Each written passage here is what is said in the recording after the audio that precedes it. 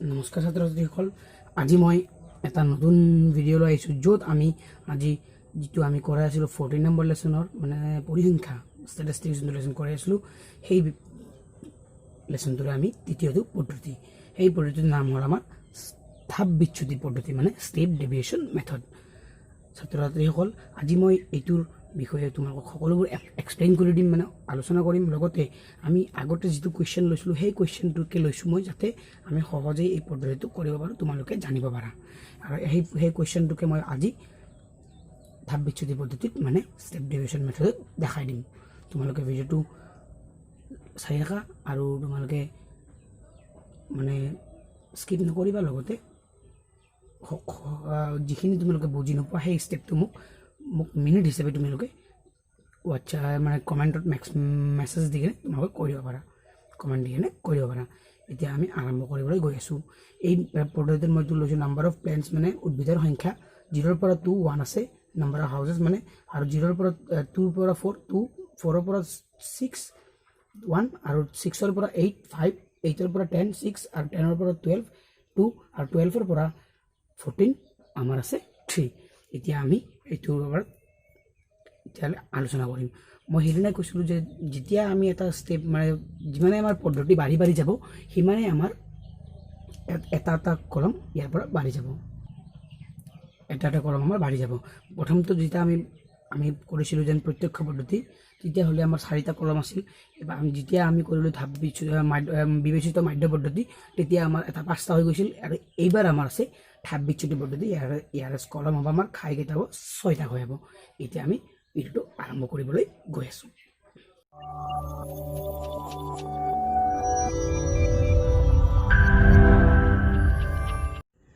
এতিয়া আমি 6টা খাই বনালোঁ, 1 2 3 4 5 6 আমি 6টা খাই বনালোঁ ইয়াতে। এই 6টা খাইত আমি এতিয়া কোনটো কি বহাব লাগে ইয়াত মই কৈ দিম। এতিয়া তোমালোকে ফাৰ্ষ্টতে বহাব ক্লাছ ইণ্টাৰভেল। ক্লাছ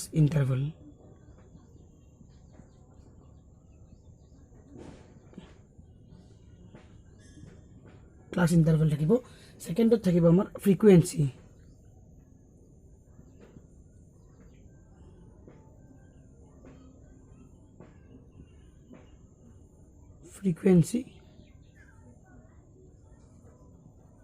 ফ্ৰিকুৱেঞ্চিক আমি স্মল এফ বুলি কওঁ। তাৰপিছত আমি দিম এতিয়া XI এটা দিম। আগৰ মেথডটোত মই XIটো কি তাতে কৈ দিছিলোঁ। আৰু এতিয়া আমাৰ এতিয়া থাকিব আমাৰ XIৰ পিছত আমি দিম DI ইকুৱেল টু কি ফৰ্মুলাটো, DI equal to XI minus A, আৰু এৰ ভেলুটো আমি ইয়াতে লিখি থৈ দিম। নেক্সট আমাৰ কি হ'ব, দিয়াৰ পিছত আমাৰ থাকিব UI। এইবাৰ ইয়ালৈকে আমি আগত পদ্ধতিত পাইছিলোঁ, কিন্তু এতিয়া যিটো এই দুটা ষ্টেপ বদলি যাব। এতিয়া UI ইকুৱেল টু আমি কেনেকৈ লিখিব পাৰোঁ, DI ডিভাইডেড বাই H, আৰু H মানে আমি নাজানো, আমি H মানে ইয়াতে ওলাই ল'ম। আৰু ইয়াতে যেতিয়া এইটো ওলোৱা হ'ব তাৰপিছত আমি দিম FI ইনটু UI মানে FI UI হৈছে। ইয়ালৈকে আমাৰ থাকিল এইকেইটা ষ্টেপ। এতিয়া আমি কেনেধৰণে ইজি কৰিব লাগে আমি কৈ দিম, বা তোমালোকে কেনেকৈ ধৰণে বুজি পোৱা মই ইয়াতে লিখি দিম। ফাৰ্ষ্টত আমি ক্লাছ ইণ্টাৰভেল লিখিম। এই ওপৰতটো যিটো আছে 0 পৰা 2, 2 পৰা 4, 4 পৰা 6, 6 to 8, 8 to 10, 10 to 12,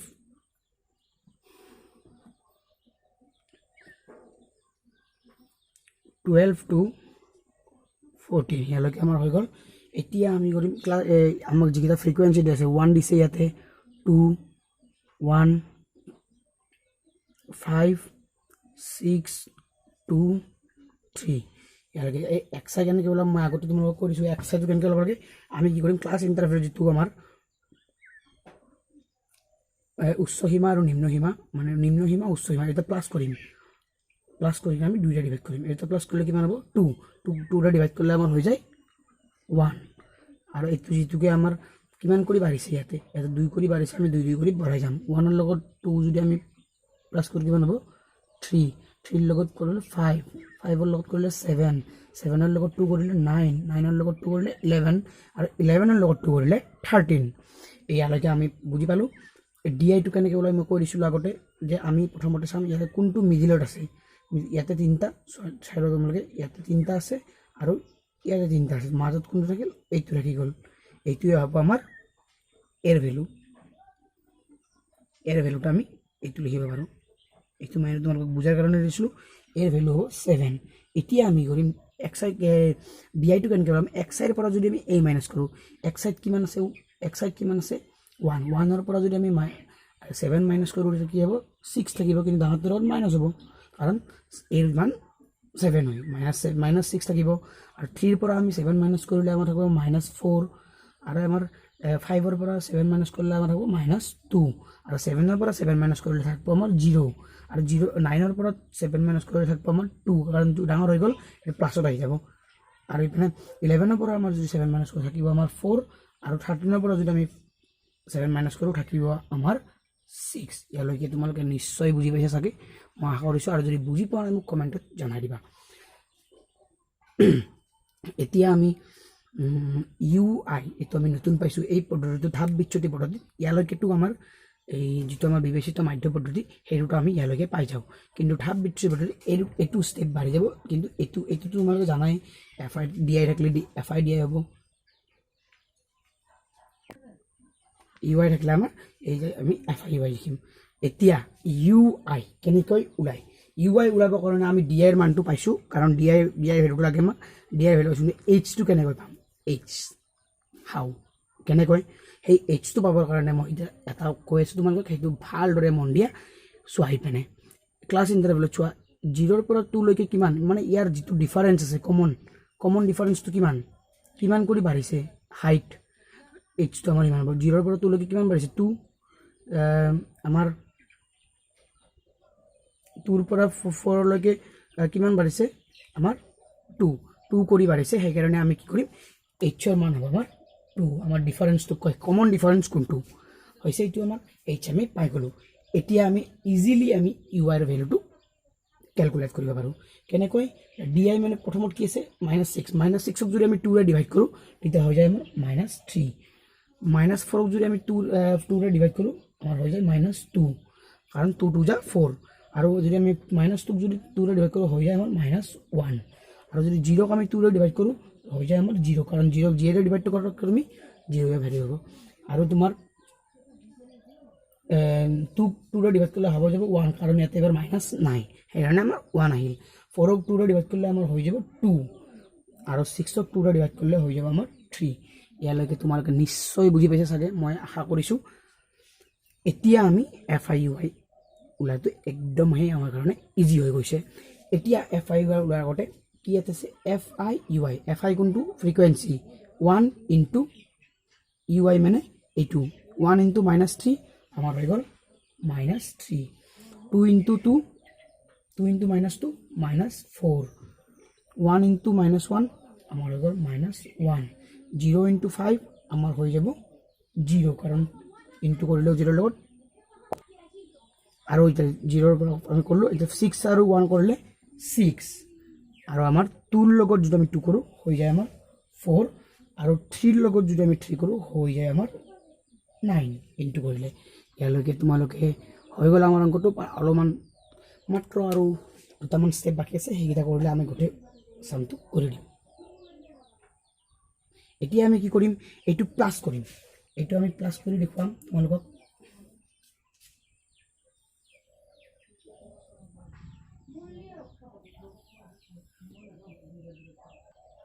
এটা আমি ক্যালকুলেট কৰিম আগতে আমি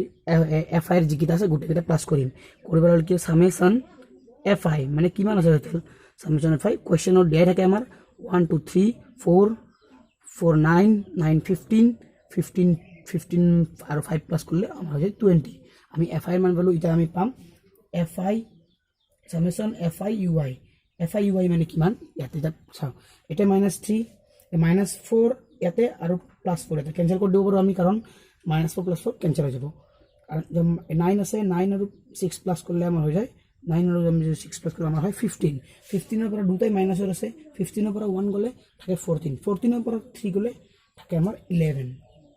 আমি পাই গ'লোঁ কাৰণ এইটো আমি এনেকৈ কৰি দিলে আমাৰ বেছি ইজি হয় এতিয়া আমি গোটেইটো প্লাছ কৰিলোঁ এতিয়া আমাৰ এটা মেথড আছে কি মাধ্য ওলোৱা মেথডটো আমাৰ অলপ লং হয় সেইটো মই ইয়াতে কৰি দিছোঁ মোৰ তাত জাগা নাই তথাপিও মই ওপৰলৈ ইয়াতে কৰি দিব চেষ্টা কৰি আছোঁ তোমালোকে এইখিনি ভালদৰে নোটছটো জানি ল'বা মই এতিয়া এইটো মুচিবলৈ গৈ আছোঁ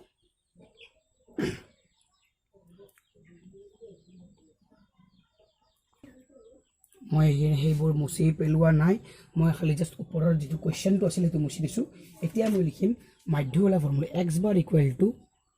আমি এটা ফৰ্মুলা আছে সেই ফৰ্মুলাটো হ'ল আমাৰ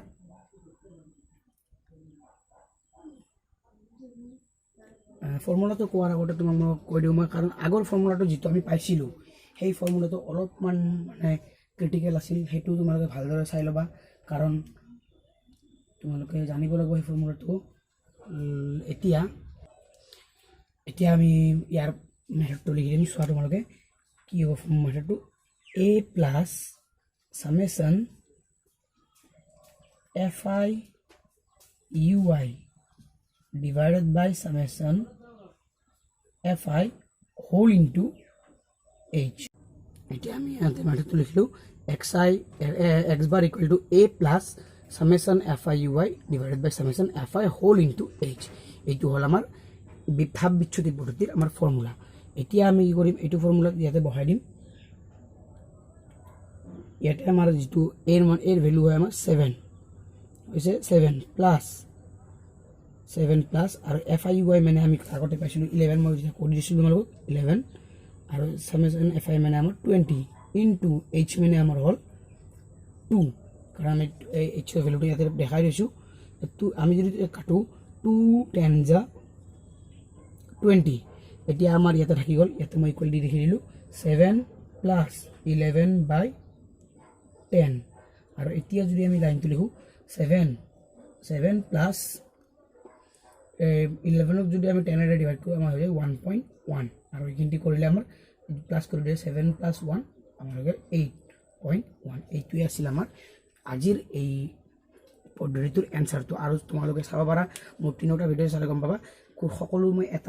এটা কুৱেশ্যনকে লৈ গ'লে কৈছোঁ আৰু তিনিটা গোটেই তাৰ এনসাৰ ওৱানে হৈছে কিন্তু তোমালোকৰ সেই কি তোমালোকৰ তিনিটা মেথডৰ ভিতৰত যিকোনো এটাত কৰিব পাৰা যদি ধৰি দিয়ে তোমালোকে ধৰি দিয়াটোতেই কৰিব লাগিব